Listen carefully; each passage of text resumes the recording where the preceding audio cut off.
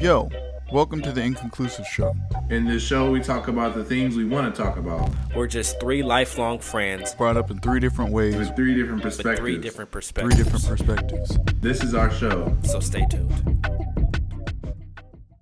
All right, welcome back to episode 2 of the Inconclusive Show, or just Attack of the Inconclusive. Clones. I'm just kidding. Okay. Desmond Arnett, how are you feeling?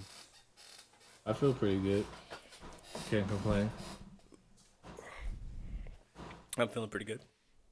But there's nothing to really complain about. So I mean, yeah, there's a ton to complain about, but why complain? You live a beautiful life and you have a home, and we shouldn't complain.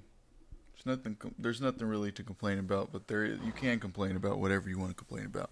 Anyway, I was like, I don't know if that was the intro you were looking So for. we're But gonna- that's the intro you got. That was so that's how we started So it off looks like- on the rocks. Okay.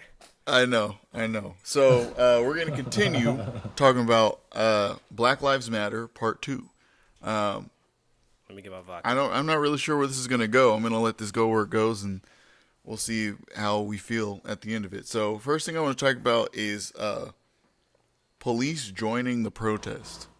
Is it genuine, or is it just like a stunt to kind of get order in a way? I think it's genuine. They put out I don't think Oh, go ahead.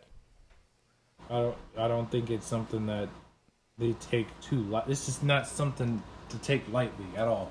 Yeah. And there are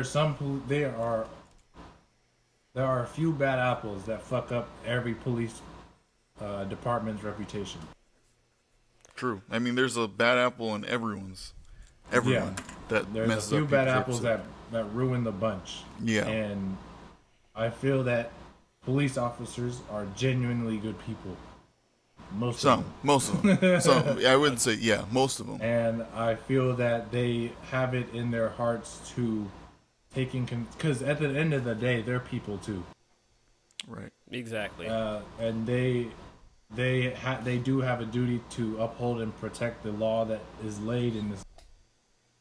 But I feel like they do their part by speaking out against their own wrongdoings. Right. And I think that's, They want to let people know, like, yeah, I'm a police officer, but I do not support that. I condone every single action that was taking place. Right. but So I think okay, I was gonna. Yeah. Not to cut you off, but I think it's no, I was pretty much done anyway. okay. It was more of a moral. I think it's more of a moral currency that they're kind of doing with these photos. I think that it's genuine what some of these people are doing, but the dismantling of the police system and it's in the place now in the core that it's at. I think I see some of that going on in legislation. If you looked up some of the facts, 54% of, I think, police officers in certain counties feel that the rioting or the protesting is definitely warranted, which means there's still 46% that doesn't feel that way. But That's true. yeah, but I Which think is strange. yeah, but I think the policing of I think what they're doing right now with the moral currency that they're trying to build up with the community, I think it's very much needed, but I don't think it's as needed as dismantling the system. So I hope to see more strides. Yeah. They have a lot of that going on in the states like Minnesota and Kentucky and Louisville. Like you're Yeah. seeing some of that stuff being dismantled. So we're seeing some of the unions being defunded here in California, in the LAPD specifically. So I'll need to see more strides and steps in that direction. But I like where that's going. So on the back end, Yeah. I like Going- it. But the moral currency, I also believe it's necessary. Right. And going back kind of to police and joining the protest, I've seen lots of videos, and there's been a couple videos of police, making announcements or saying, "Hey, we're in this too. We believe in what you believe or whatever." But there was one video in particular that just rubbed me the wrong way, and it was one of the first ones that came out, and I I'm not gonna name any names, but it was one of the first ones that came out. And I think it was in Flint, Michigan, and the officer was like, "Hey, we're with you. We want to provide a what they say." He said something along the lines of, "We're here to make sure you have a voice, and Right. to this and that, and we don't want to make this a protest. We want to make it a parade." And I was like, "But it's not a parade. It's a protest. We are protesting something." And Yeah. then he kept. It felt like he was very much saying or trying to make it not a protest or make it something that like you march in a protest, and he was like, "Let's walk." You know what I mean? And people were saying, "Yeah, march with us." He's like, "Yeah, I'll walk with you. I'll walk with you. Where are we going?" You know what I mean? So it just felt like kind of like a stunt. A stunt. Okay, I well, didn't- but I did you mean, feel it was I don't think he disingenuous? was. It felt like it was incredibly disingenuous. I felt Why? Because he used a different word than march and walk. Like he used different wording. Yeah, I mean, Or- you have to think about it in a political way. If you don't believe in what these people are believing in, right? You don't want. Was this like the army or was this? No, the No, this this is was a police. police. So this is a police officer who Was like he- took off was his he, right like, in- here. Okay. I wish I could show you the video. I I have think the video I think I uploaded. know because I saw the I think clip. I know which one you're talking about. Yeah, yeah, I do too. yeah, you remember it. Yeah, it just felt very disingenuous. Like he was kind of moving away from what it was that we were trying to accomplish. He's trying to make it more about, like, I mean, he was like high-fiving people. They're good and he was cops, too. smiling the whole time. He was making it about I more know, of there's but- good cops too, opposed to we need to dismantle the system that's in place. Is that You just dismantle it. I don't agree we need to dismantle it. We just need to change it. We need to But reform it. Yeah. But it was more about like, hey, I don't know. He didn't understand why the people were there. And if you're going to join the march, you have to understand the march. okay? And he didn't understand it, obviously. I just wanted to say I've been misspeaking. I didn't mean to say I wanted to dismand. I want to reform it. I wanted to look different because they are putting things. We're trying in to place throw it now. over No, but they are. the government. They're trying Down to. with the government. Down with the government. No, but what's going on is people are saying they want to dismantle it, and I believe they actually want to reform it. Like I don't truly believe people don't want policing going on. They just don't want it to go on the way it's going on now. I think they want to see Right. new training. They want to see different people become in power because there's a lot of police chiefs that are taking a lot of heat for some of the stuff that's going on, and Right. very much so they should take that heat. But you got to remember, there's people above them that were in that same position because they were chiefs as Yeah. well, and they're still pulling the strings. So it's like you got to look at the system behind that as well. So I hate when they cut Right. off. And I think one of the a biggest figurehead. things about policing, I think one of the biggest flaws with policing is what they protect. Police have the history of police officers. They're actually not. Police officers are not here to protect people. They're here to protect property. And a lot of times and uphold. that's what's enforced in training. I don't think I agree. That's with not. that. Yeah, that's not. I think No, that's a no, part no, of no. it. I'm not saying that's right, Desmond. I'm not saying that's right. I'm saying that's what the police system is training their police officers to do now. You see what I'm saying? So, who What do you mean, owns? like during the riots and shit? no, he's talking about like in just general. police. Like that's in general. Their system is to protect property, not people. Like I don't know. they're here to if your house gets robbed, you can call the police. If you know, like police are here for property protection more than people protection. I don't know. Okay, wait. So would you? So a detective is here for more of like child abuse, is what you're saying, or like, of a rape case. Would you say that's detective? I'm saying work, that the or- system in general, it's not meant to protect the people. Like it's It's not made to preventative. protect It's property and property owners, if that makes sense. okay. So people who do not own property do not get protected the same way that people that do own property get protected. I think that's. I think you're.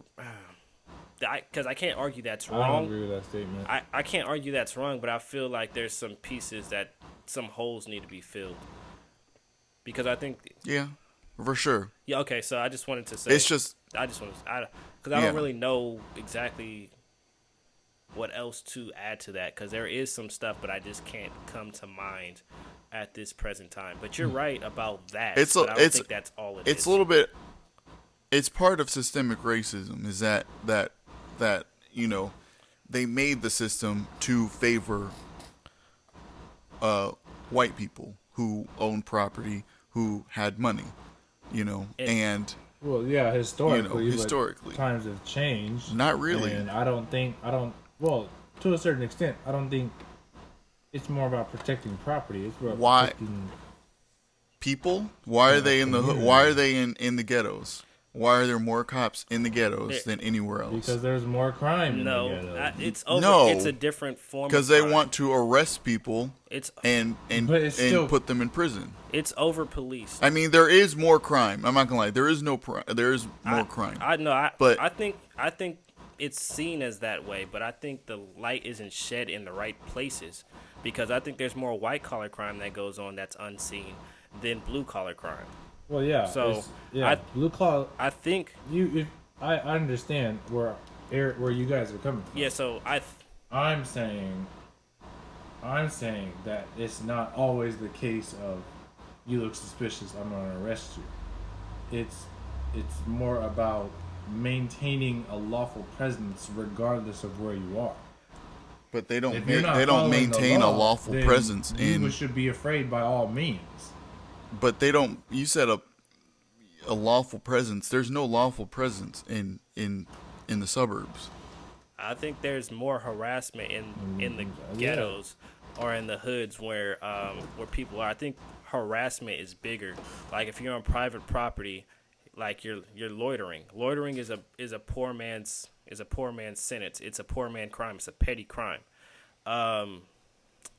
Things of that nature, like that really hurt the homeless community, or because most of the time the thing that you're seeing is people are getting in prison for being poor, and I think that's a part of policing as well. So Right. I think it's like Okay. Well, they're- moving on. I kind of want to move on from this to racism. All right. What is your guys' definition of racism? The unfair treatment of people based on their skin color. Wrong. Arnett. No. Damn. Okay, that's my definition. Arnett, what is yours? Don't answer. It's a trick. fall into that trap. Oh. It's prejudice. It's prejudice behavior. It's being historically classed out of certain situations. It's discrimination. It's someone having a belief of superiority over you, and antagonistic behavior towards a certain group of people. Okay. I feel like racism. You can't be racist without power. So if I can be what's the word I used? I can be prejudiced without being racist. Like if I'm black and I don't like Mexicans, that doesn't make me racist. It makes me prejudiced. But if a white person doesn't like a Mexican or a black person, then that makes it racist because white people have the power. So I can't really because I dislike Mexicans. I can't do anything. Wait, about that. Just as a disclaimer, he doesn't really feel this way. Oh, of course not. Yeah, no, he does. He does not. None of us do. Sorry. We Yeah, gotta make no. this very clear to people nowadays. No, but what I'm saying, like, if I just because I dislike Mexicans, I'm not in a position of power to basically hold them down in any way. You know, none of my people are really. So, And I but think with white people, they've been holding down a whole race of people for hundreds of years. So I feel like that's when it becomes racism. There's prejudice and there's racism. and it's funny. American culture is really dug in a lot into prejudice behaviors. Like I think that's very big. Like people really don't see it as much. Like I think the lines are so blurred in certain people's ideology, just as an American citizen or as an American person, that they don't really notice it. It takes someone who's of color or a minority that's an immigrant. Yeah, it's happening so Yeah, often. an immigrant has to come into this country and has to kind of put it in perspective to certain people who don't get it, or definitely us as African American men. We definitely been gone. We've all had prejudice behavior done to us at Or around us. at young ages. So it was normalized in a certain sense, but I never was the one to really try to play in or dig into stuff. Like, You mean like you weren't confrontational about it? yeah, I wasn't. No, what I'm saying is I never really tried to, like, when I heard people saying prejudice things like as a joke or as a punchline, as a kid, I really didn't like jump on the bandwagon and try to Laugh it off? continue it going. Like if somebody said something prejudiced to me, I would usually Shut it down. I'd have an opinion, and I'd be very strongly opinionated on saying that that's wrong. Like that thinking. You can't say that. Yeah, that way of thinking is I wouldn't say that. I'm not a whistleblower, but I would have I'd probably be more silent, or I wouldn't speak to that person. But 9 times out of time, I'd tell them that's wrong. I'd be like, what you're saying right now is very disrespectful. Like that's out of pocket. Like what you just did right there. You think of that as normal, but I think of that as something of disrespect. And I see you don't get it because it's so normalized in this culture. So it's like it's a balance. I thought of an example to put racism and prejudice in perspective. So if you're a black person, right, and you go to a school that's predominantly white, right? Let's say all the kids are talking about how they don't really like black people, right? Or they're like, black people this, black people that. We don't really hang out with them, right? You're one of the few black people at the school, and you have no friends at that point. Nobody wants to associate themselves with you, right? Okay. Now, let's say that you go to a school that's Mexican and black. You go to predominantly it's Mexican and black, like half and half, right? Let's say the Mexicans don't like the black people don't like the Mexicans. No one really has the power to hold each other down Because we're both the because majority. there's half and half. We're both minority. No, we're both the majority. Oh, we're both the majority. Yeah, in that situation. Sorry. Yeah. So it's like we don't really have the power to hold each other down. So it's not racism at that point. It's prejudice. It's prejudice. Like we can go to war, and it be fair, and fight for what we believe. But like in a system where you're where you're a minority and you can't go to war with these people. These people have all the power to just squash you. You kind of just have to go with whatever they say. Well, if they vote, they're gonna vote for their cause. I mean, they could vote you out of the school if they wanted to. I think it. They could vote I think that comes down to the power. Let's say now that the some of the teachers and some of the I don't know, the principal have discriminatory style like practices or beliefs that you're not made aware of. Then that becomes, I feel, a sense of discrimination when you're starting to be sent to the principal more often, and you're being harder than somebody else. What is this? What's the That's in same scenario here, predicament. Annette? Or is this when you're going to the school with all the white Yeah, kids, if you're or going half to, Mexican, no, half if black? you're going to the school with all the white kids, let's say you're the oddball, like you were. It's explaining. racist. That's when it's it becomes racist already, though. No, it doesn't. Okay, I wouldn't Because say I wouldn't that's say, 'cause prejudice. when I was in Oregon, there was about 20%. It was 20% minority, and the rest was pretty white.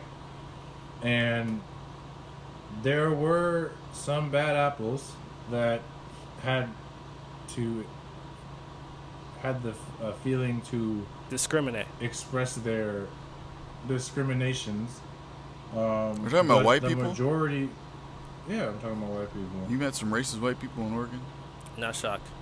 Duh, there was a whole. not shocked. One of my teammates was racist, and I thought I was cool with dude. Played football, and he was but racist. He was, What the- yeah, he was like he wrote on one of the dorm walls. It was like a nigger smell, Jim Crow forever, go home niggers. I thought, Wow. fuck. And here's the fucked up thing about it: the school took a whole ass month to expel him. Wow. That's crazy. When it Like there are should've some it should've people, taken a few days. like as if there was the some administration investigation. that was like, well, I mean, he's just a kid. He doesn't know, you know? Like, No, yeah. Come on. The whole, I wouldn't say the whole campus was that way, but there were quite a few people that felt that way. Wow. And it was known relatively quickly on where they stood with their issues. he- Right. Yeah, right. but he didn't get punished with any hate crimes, or he didn't get punished with any. That's a hate crime.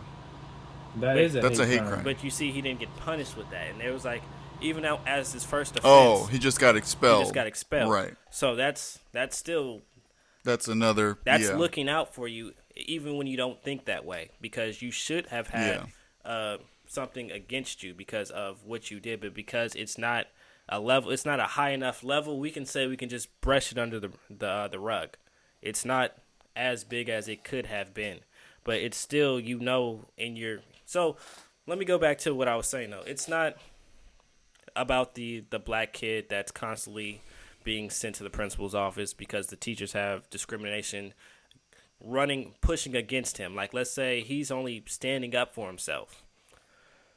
And he's standing up for himself because he's having constant issues in class. He's been berated during lunch hour, or he's getting berated during like his time that's like, like in between times, like when you're going from class to class. So he stands up and he starts to lash back at some of these kids because of some of the like silent little jokes that are going on. And he's starting to get put into the principal's office, but he gets But you have to treated- remember, Nate, it's not because he's lashing back that he's going to the principal's office. I mean, he's standing up for he could himself. get sent to the principal's office for no reason. He can get sent to the principal's office for throwing his trash in the recycling. He could go to the principal's office for being a minute late to class. You know what I Okay, mean? so like for instance, if he was a minute late for class, 2 times, right? 2 times, and he gets sent to the principal's office. But there's another kid that walks in every day 1 to 2 minutes late. They have no justification. They just say, "I went to the restroom right before." 10 minutes late. But they don't get sent Right. to the principal's office at all. Then that's seen 'Cause as they're white. That's seen as someone who might be bigoted or might have some issue with you, because that becomes racism, because there's a vacuum that we can say is the classroom, and the teacher is the person But it's who's been racism to me. If you hate someone who is racist. if you feel like your race is above their race, But it has to be proven. and you have the power to keep them down, then it's racism. Yeah, you're right, but Okay, but I was saying in this scenario, it has to be proven. Like, proven. Yeah. What do you mean? No, the system. Racism doesn't have to be proven. It just is. I mean, in this day. Racism is just racism. Okay, in this. Prejudice is prejudice. Anybody that decides to use here, I'm just like it's common. Like, anybody that decides to use race as a means of being better than someone, you're fucking stupid. It's true. Like that's like the lowest amount, like the lowest level of thinking in human form. Yeah. I want to. Like, you have to be really fucking special for that shit to just take over your life and manage everything that you do. Right. I'm not gonna talk to him because he's black. I'm not gonna talk to him because he's Mexican, or Mexicans are taking our jobs. Da, da, da, da. No, they're doing the jobs that we're too fucking lazy to do. Ain't no taking your job. Yeah. I mean, like you were just fucking lazy. Those are Well, some of the hardest working people I've ever known. moving on, because I don't want to put. I think that putting people in that category like that, people are people. I don't like generalizing. And I don't like generalizing people. Me neither. that So becomes a people pet are peeve. people, and every individual person is different. So, with everything going on, right? One thing that I feel like is being confused, like people are confused about what we want, what these protests are for. Like, why are we doing this? Right? So, can someone explain to me what's going on? Or what we want, what black people want, what the minority wants. Equality. Equality. Fair and across equal the treatment board. regardless of race, regardless of skin color. It's equality. But some people would say that we are treated equally. No. And We have By who are we not treated equally by? We have equality, but it's not equity. What does that mean? I think I got it backwards. Equity, not equality. One of the two. But we all have the same law. We have the same rights and everything as our white counterparts or whoever. But it's not. It's not executed. the system same. isn't beneficial to us as much. And it has. What did you say? Yeah. I said the yeah. system isn't beneficial towards us, and that's historically what's known. So So the system. So- the system is what's not equal. yeah, exactly. So we want systemic We equality. want systemic equality, and that's across all boards. Okay.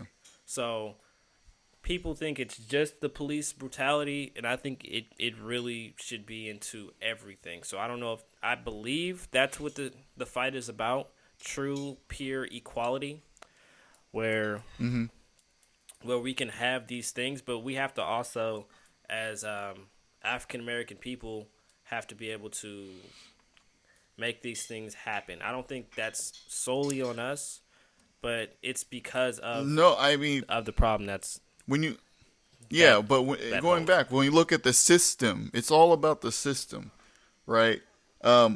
Another thing is unconscious bias, and that's something that is just going to take. I think in order for unconscious bias to change, we have to change the system. And one of the biggest things about the system, which is systemic racism, is it started in slavery. Slavery was a system itself, right? It was the system, the first system, the first systemic, the first racist system, right? And then there was sharecropping, and then there was Jim Crow, and with all of that happening, there are still laws today that favor certain people over other people, and even though it's all of these things, even though everyone abides by the same laws, there are certain things that happen during Jim Crow that make the laws now today unfair to those people who are stuck, you know? yes. And let's not kid ourselves. Some of these laws were designed to hold certain communities down. Continue to oppress and make a cycle. Right. And if we think about it like this, right, with slavery, we entered a time in sharecropping, which is the same as slavery,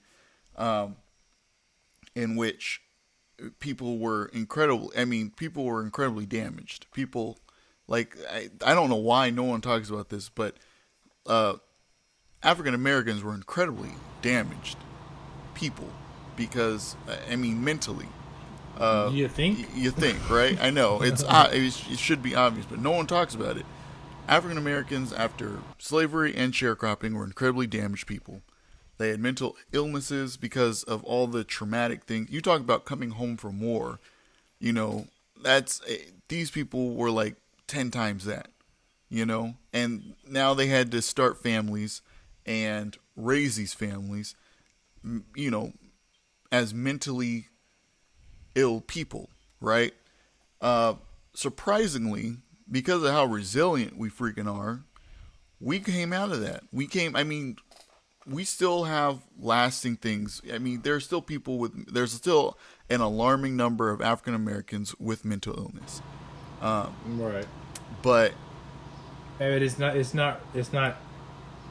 I feel like with that, it's not really taken seriously by each other, like by ourselves, like, cause by black people. it's like because frankly, when I first started being depressed, or I actually was diagnosed at 18 years old with major depressive disorder.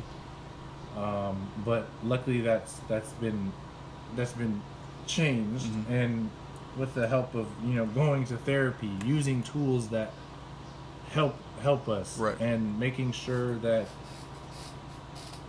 we take advantage, because we don't take advantage of it. Well, it's not that. The problem is that it's not affordable. It's not it. And when you think about it, you grew up in a middle class home, Desmond, right? So you had the education and the tools to know how to get help. When you think about this, right? And during Jim Crow, black people could only live in certain neighborhoods, right? In certain communities. Because of redlining. They were not allowed because of redlining, just because of segregation, right? You can live here, you can't live here. They put every black person in the same community, right?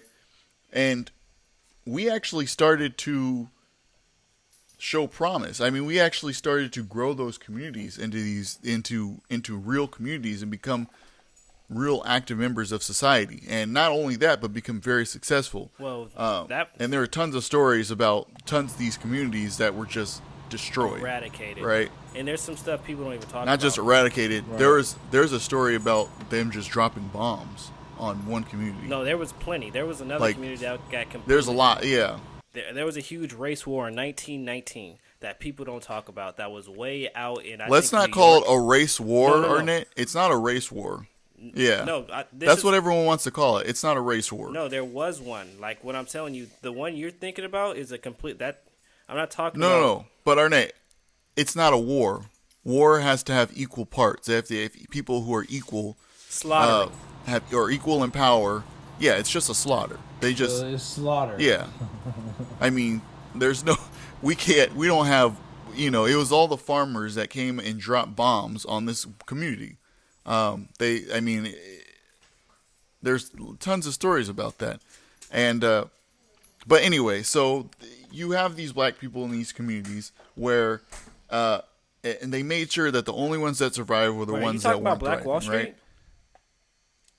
Huh? Are you talking about Black Wall Street? Black Wall Street? I'm not sure. I wasn't because I wasn't. I'm talking about just communities. I'm talking about Black Wall Street. Black Wall Street, they tore that motherfucker down. Yeah, that's probably one of they burned it to a crisp. That's one of them. Yeah, and then you have there's just all these black communities that were thriving that were pretty much just destroyed, blatantly destroyed. Not through economic anything, not through politics or anything like that. They literally flew over in planes and bombed these communities. You know what I mean? Yeah. So, it just incredible things. So basically, they made sure. Basically, the only communities that survived were the ones that weren't thriving, right? And those became ghettos, right? These were, and then later on they started. Let's see what it was. They made a. Basically, they said, okay, all the schooling systems are going to be funded by housing tax, right? So all these ghettos where the houses aren't worth anything, right? There's barely any tax coming out of those houses going into these schools that are just so poorly funded. These kids are not getting an education, right? So the thing is now it's gentrifying. yeah, And that's becoming a bigger part of the problem. And you see it in Oak Park. yeah, Like Oak Park's a prime example. yeah. Explain to it. Like Explain a little bit more Huh? in depth.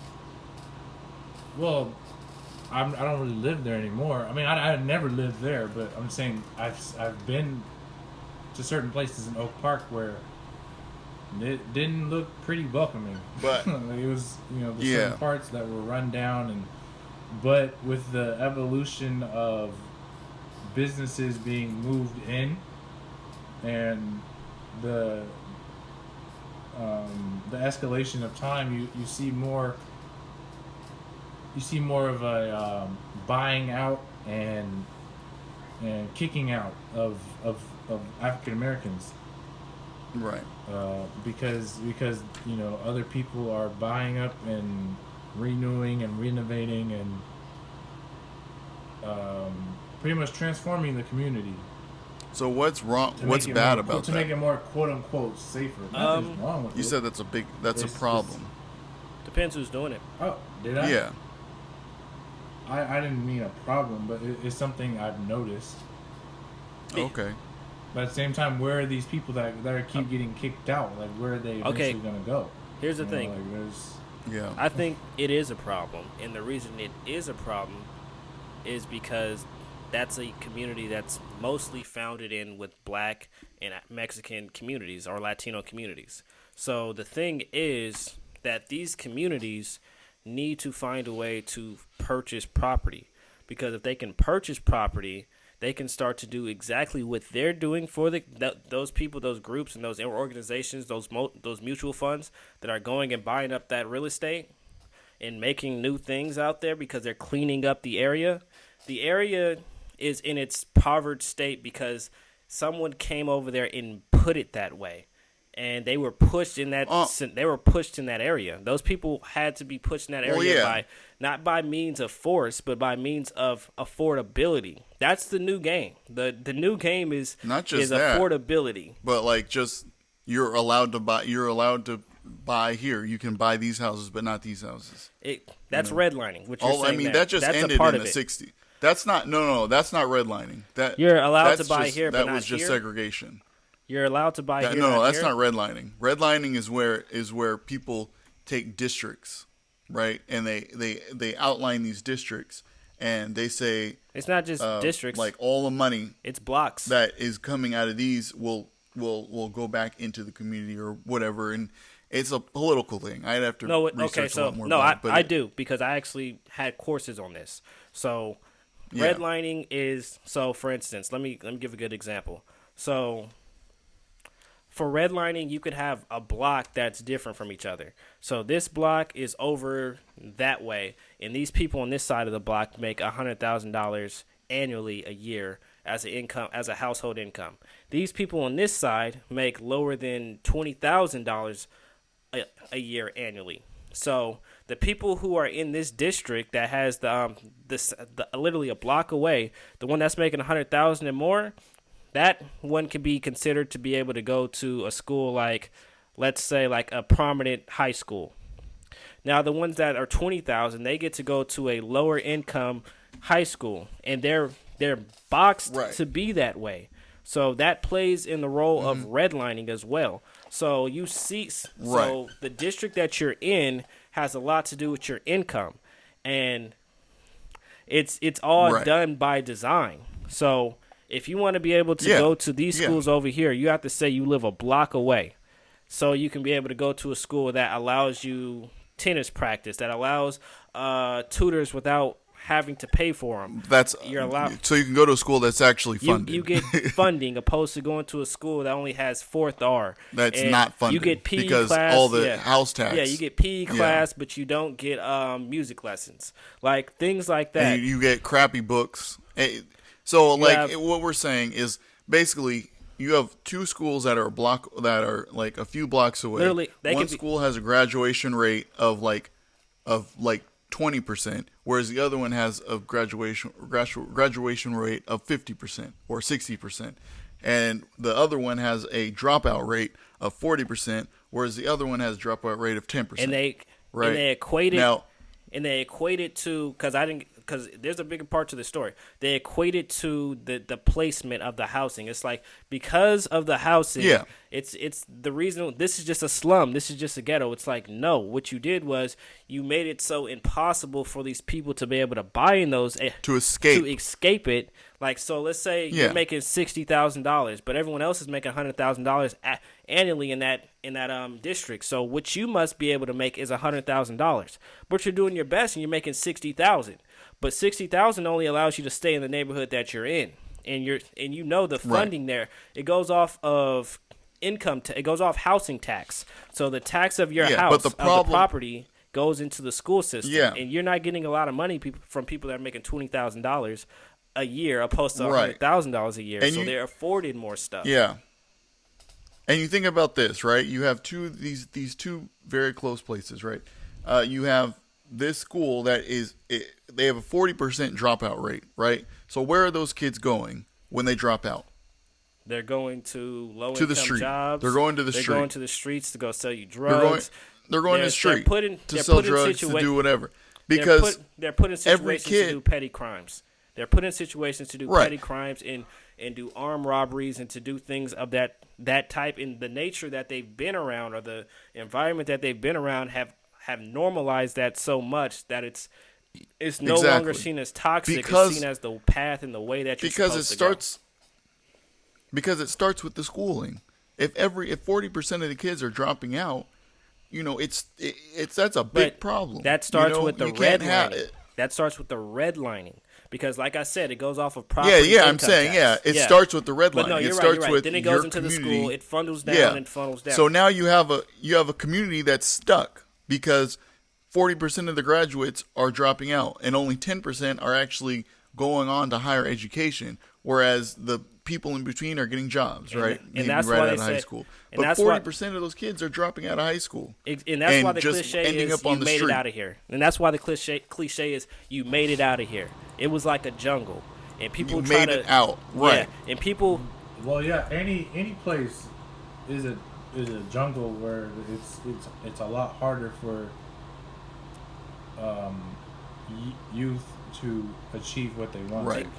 Without like kids in the suburbs, they don't say that No, shit. made it out the suburbs. no. I mean, no. it's just It's just a messed up thing. I feel like it furthers the narrative of I came from this. Look how far I've come. I've achieved this. and Through all the systems trying to be system that the obstacles are trying to be thrown at Yeah. me, I've overcame then those. here's the thing. So it is a big deal when people say I've made it. Yeah, But here's the they wild made thing. it out. You But- know, But here's the wild Yeah. thing. Now Arnett, go. this is the other side to it. So this is why it's so big to be able to have bigger, blacker banks, like bigger banks that are black. bigger, blacker banks. Yeah, but so the reason why is because there's discriminatory practices. You can make, let's say, in that same scenario, that person that I said makes $60,000, but he has to stay there. This man makes $120,000. He has to go to the bank and he has to apply for a loan. He has outstanding credit. He has all that. Guess what? They still will deny this man of a loan because they have predatory lending practices. because where he lives. No, now what I'm saying is, if he wants to for the bank, if he wanted to go to the bank and say, "Hey, I make $120,000 a year," which he does, he has outstanding credit. He's never been in trouble with the law. He has no problem. He stays in that community. It doesn't matter. The community, he could stay in No, it another doesn't suburb. matter. He could at this present time, he could stay at a suburb, he could be at his mom's house, let's say. But he's That- trying to make a difference. He's he's- trying to make a he's- difference in that community, whatever. He's trying to be different. Then let's say that income neighborhood is $90,000 a year. It doesn't matter about like that. Really doesn't matter because you are of color, they will discriminate you because it's a predatory lending practice. Bank of America has been Not just flagged of for that. color. Well, let's be specific. It's because of where he lives. No. Like What I'm saying if is no. I'm a black man and I live in the suburbs and I tell the bank, "Hey, I live here," they're gonna lend to me. No, they're not. But it's because Eric. of where he lived, and it's the red line. Eric, no, they will not lend to you. It's a predatory lending practice. Bank of America, Wells But Fargo have both been flagged for this and have both been told numerous times to stop doing that. It's been all over But the it news. has to do with- nothing to do with but where you're from. doesn't- nothing to do with it. It's Predat- predatory lending Predatory practices. lending. It's to do with discriminatory what lending community you practices. My live bad. in. It's discriminatory lending practices. That stuff has been going on forever. So even when you can get out of the red line district, if you get out of you can't get out of it and buy a property in that area because the banks are now denying you loans. So even if you make the right amount of money and you can go out there and go do it, you basically have to go and make enough. You basically have to save enough money to buy it your damn self just off of 100% capital, opposed to be able to get a loan from the bank. This has been known. That's crazy. Yes, this is what I'm saying. Like the system is fucked up. It has constantly been this way. It's like that to this day. Bank of America just got a flag not even 5 years ago about this shit. Wells Yeah. Fargo To got this fired day. about To that. this date, Got flagged about that. Like that's what I'm saying. Like that's crazy. even when you get out of, or even when you're trying to get out of the ghetto, it's still hard to get the loan from the bank. Doesn't matter how good I can get a loan, but even if I get a loan, my loan will be at a higher rate than somebody who has a lower credit score and makes less money than me. And that's absurd. That's absurd. That's completely yeah. terrible. And it's all about it's all about your color. They discriminate by skin. So that's why I say Yeah. it's a That's bigger incredible. thing. That's crazy. I mean, You want equality hearing across it, the board. it's just It sounds crazy, it but just no, amazes me. that's America. That's the 'Cause stuff that you we don't have see. this whole I thing. feel like we as black men have a bigger responsibility to getting access to things like mental therapy It's true. or counseling, or because we have been for so long the subject of, we have been fetishized. That's what Aaliyah, my girlfriend, she talks a lot about that. The fetishization, I think that's a word. Of, You have to of define black men that. I've never heard has of gone through the roof. fetishization. Fetishization. Oh, fantasize. I think it's a word. I don't know. I might just be making it up. Well, you better get a But freaking. like, you know, girls that only date black guys because of our endowment below the waist. If you know, what I I've mean. never heard of that either. or just because of our looks or how tall we are. It's a real thing. I've experienced that. It's a real thing, and I think that's besides the point. What I'm trying to say is that if we want the system to change, we have to change ourselves. Well- and that's not to say that. That's not to say that There's nothing wrong with this. We haven't. We have No, an no, no, alarming I know. I'm amount. saying- The thing is, what the problem with why we have mental illness is because of the systemic racism. We're stuck Right. in these communities, and you know we can't get out. Like being in the ghetto is not fun. You know, living in the ghetto is not fun. It's not like, oh, I'm around all my brothers. You and make sisters. the best no, of it. you were around a lot. No, I mean you're around a lot of crime. You're around a lot of things that are going on. But it's normalized. It's not. It's a thing. No, I mean it's normalized, but it's traumatic. No, that's what I'm saying. And It's people don't normalized acknowledge and that. it's trauma. It's just adding more trauma Yeah. to what's there, and people don't Right. see it, and that's the big thing. It's like people aren't seeing that, and you see people out here who are really dealing with it, and they don't have the person in their corner saying, "We need you to have some talks with some therapists." So Right. I mean, and they can't afford it. Yeah. It's a lack of You're just, education. it's a repeat. And to me, it all starts with schooling. It all starts with education. When you can get people an education, It starts at home. no, starts it at can't home. start at It's- home. It can't start at home. It starts in the school, because the home right now, the home in the ghetto, is filled with, um, with, mental disorders. Right? You have people that are going home to craziness. Right? They go home, and it's crazy.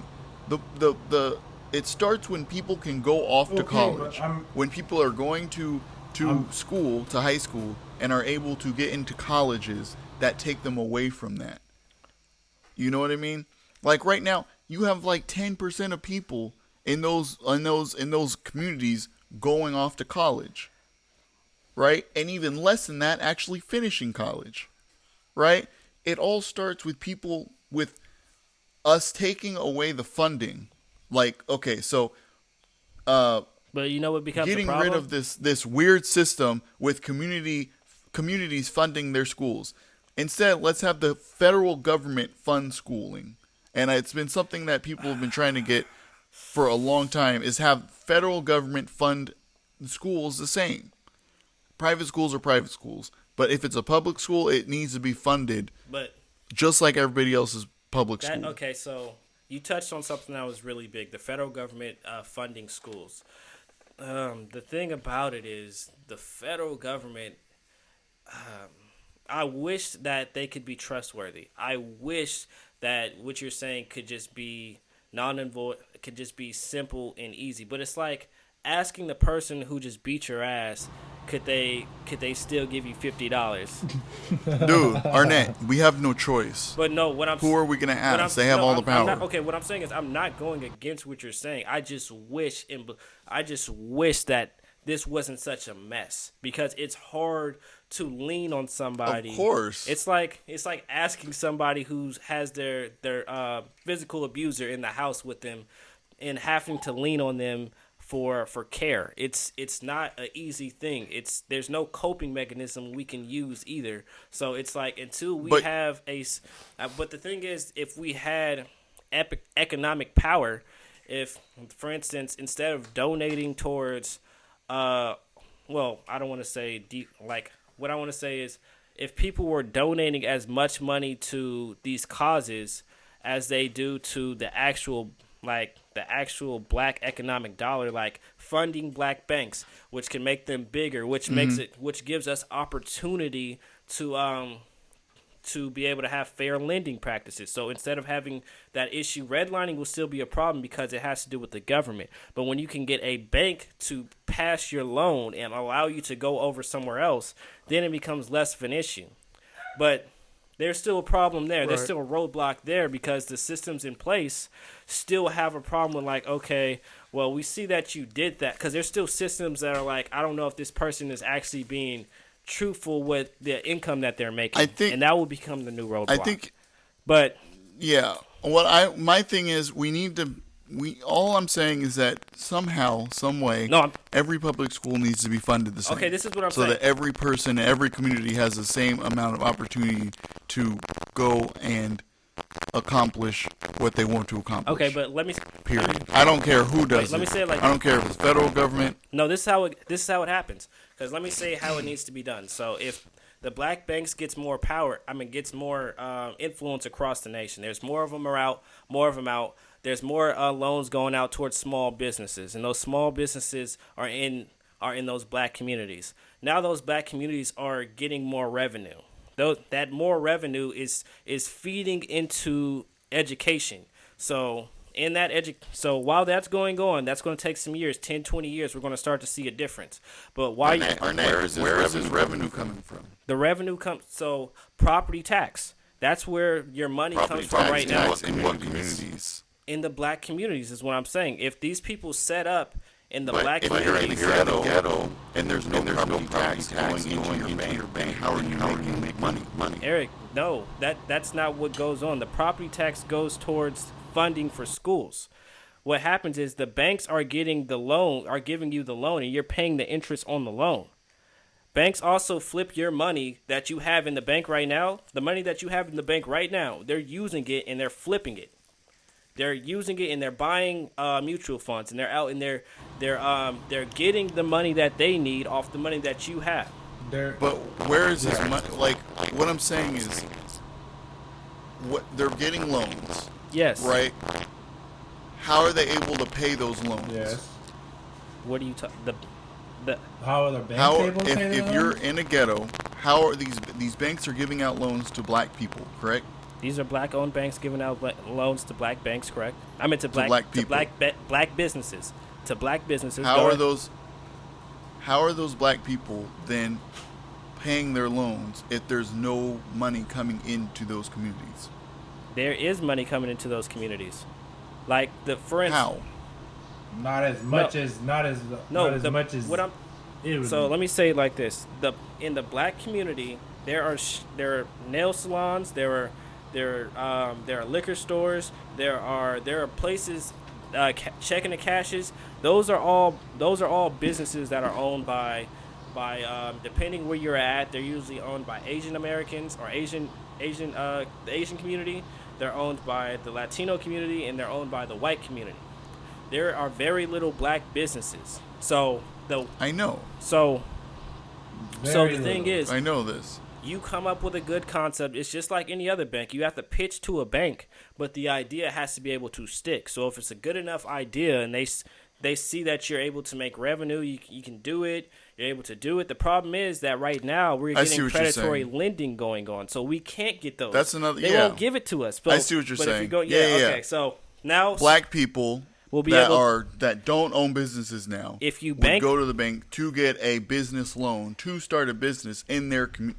Okay, So- in their community There where you go. money where they'd be able to got it. So okay. that would the money wouldn't just be going out of the community. No, like it would be- it is would now, stay in the going into community. the Asian, Latino, and white communities. the black banks will Right. start. Yeah, the black banks will start getting bigger. The businesses that are black owned will get bigger, and it'll grow in familiarity. It will start to become more popular. And now that we know it's of us, and it's not just one or two of them around the city. There's a whole block. The whole plaza is black owned. It's no more of we have to Yeah. drive out our way to go to a black owned place. It's hard having to go find black owned establishments. I've done it before. Like I was like, oh, this is black owned. I'm gonna go here. I choose to go to black businesses and give my dollar there anytime I have the opportunity to.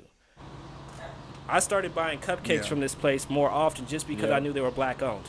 Like just because I knew that they were making a push and that was going to make a difference in the community.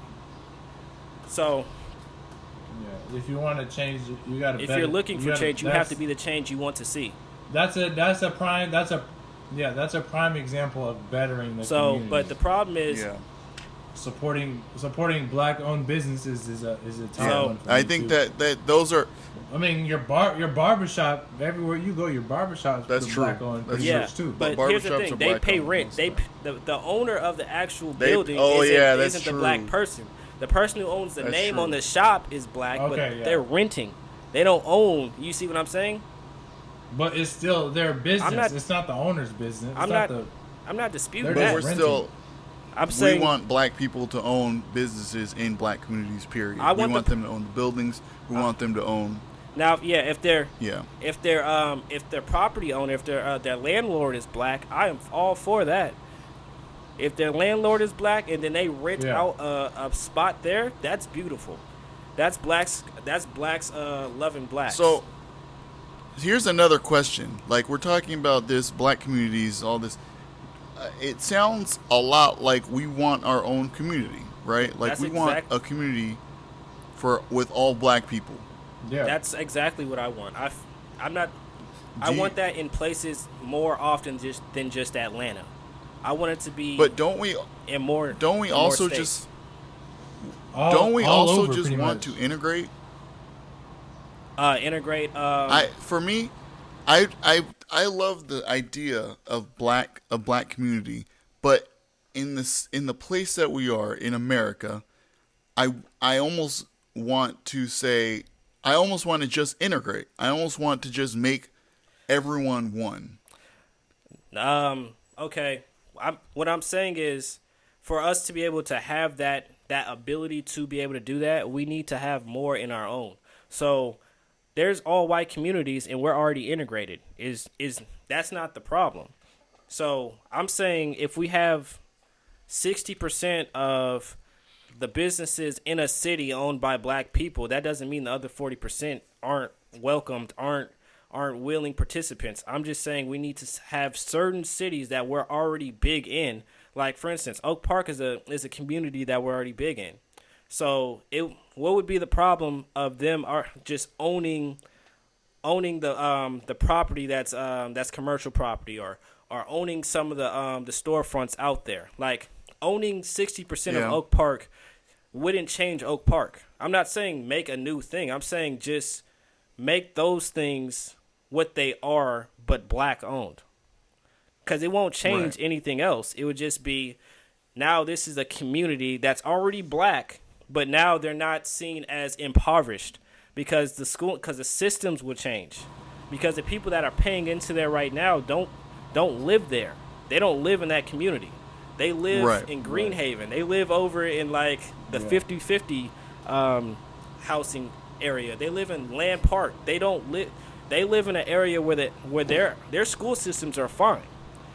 They're paying their little property tax, but they're not dealing with the situation there. So they see the people there as inhumane in some cases, and that's where the prejudice starts to fall in, and the discrimination, and because they don't see you as you see them. So I want to go back and kind of I want to wrap this up, and I want to kind of go over what we just went over without so much complexity. Yeah. Well, here's a quick fun fact. If you want to talk about being pro black businesses, a fact that I've learned over the years. A technical fact that I've learned over the years is that the more here it is. I'm stumbling. Here it is. 60% of Mercedes-Benz owners are black. What? I'm not shocked. I am not shocked. Yep. If we can buy a Mercedes-Benz, we can support black businesses.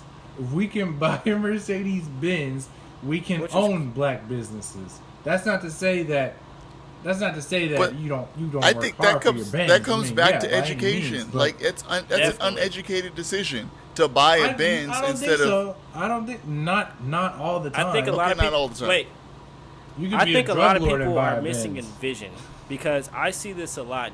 Not just in our community, just in young community as a whole.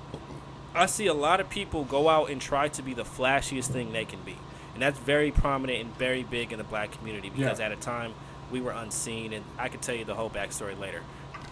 I love how Arnett just like peacocking. burped into all these people's Anyway, ears and like say excuse Because me they fucking or like it. anything, They like that including shit. our They ears. like when I do that shit. Anyway, I want to just go back over and I want to list some statistics here, and it's not a. It's I got these from a website. I think it's called Pay Forward, and they have like an eight video series. Here it is. And Here we I go just again kind with of these put free- down these like free- 3 of the videos.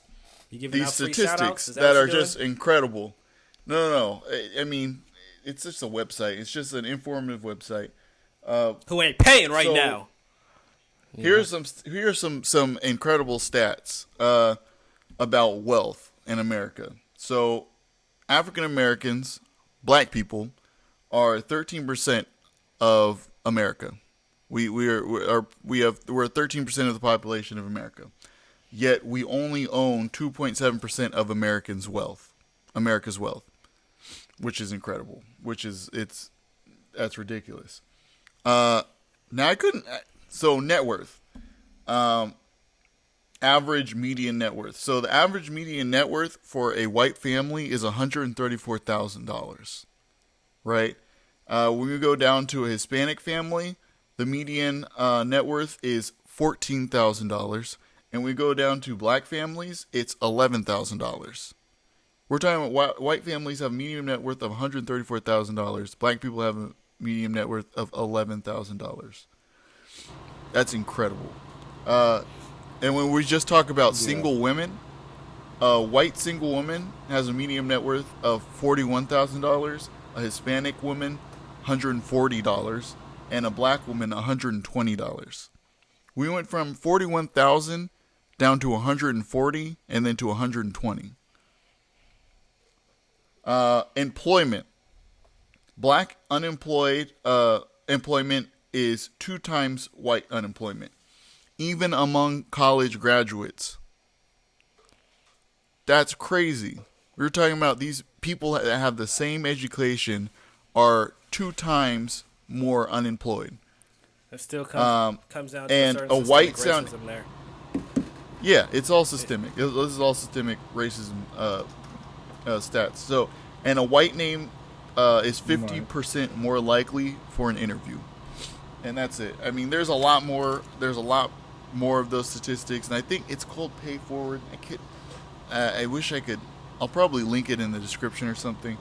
But it's just incredible. Some of and the thing is, we're not different than any other human being. Black people are not different than any other human beings, right?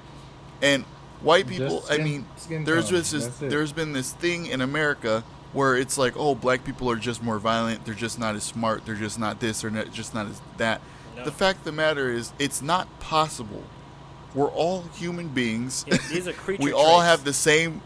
They're creature we're all traits. They're not born kind of the same. They're not race traits. You They're know? creature traits. So, Yeah. If you're willing, I gotta say this as my final thought. If you're willing to love our culture and who we are as entertainers or Anything. whatever, then you should be willing to understand that we have needs too, other than just right. equality. And it's just the fact of the matter is, when you look at these stats, there's no possible way for you to say that there's not a problem here. Something is wrong here, and we need to figure it out, and we need to fix it. You would think you're looking at 2 different countries, wouldn't you? Yeah. Like, what? Yeah. These numbers don't even look like they're from the same place. They're all in the same country. That's incredible to me. So I want to end it there. Yeah. This is the end of episode 2. What about the please prejudice and other? share. I just want to say, what about the prejudice in the other? What about the prejudice in the other? This guy. But the prejudice in the other really. God damn it, Desmond. The prejudice in the other races across this country, which is kind of. We should probably say something about that. Maybe next show. We might have a Black Lives Matter Part 3. How about that? All right. Sign out the show. No part 3, please. It takes a lot out of us. I mean, it's everything. It's just like so much. It's sad. It makes you angry. It makes you sad. It's like It's an eye opener. It takes a lot out of you. Sad. It's an eye opener. why I don't I wanna know. talk about So it let's no end more. it there. So this is the end of episode 2. Please like, subscribe, share us with anyone you know. Shout out those places to find Comment. Comment. Yeah, and do whatever you got to do to blow this up, because we care. Yep. And most of our stuff is not going to be this dark and serious. We like to talk about other things. But it's It's just the times right now. So, times and look forward to predicaments. our happy, goofy conversations later on. But that's the end of episode 2. So, peace. Thanks for listening. We appreciate you guys for listening. Peace out.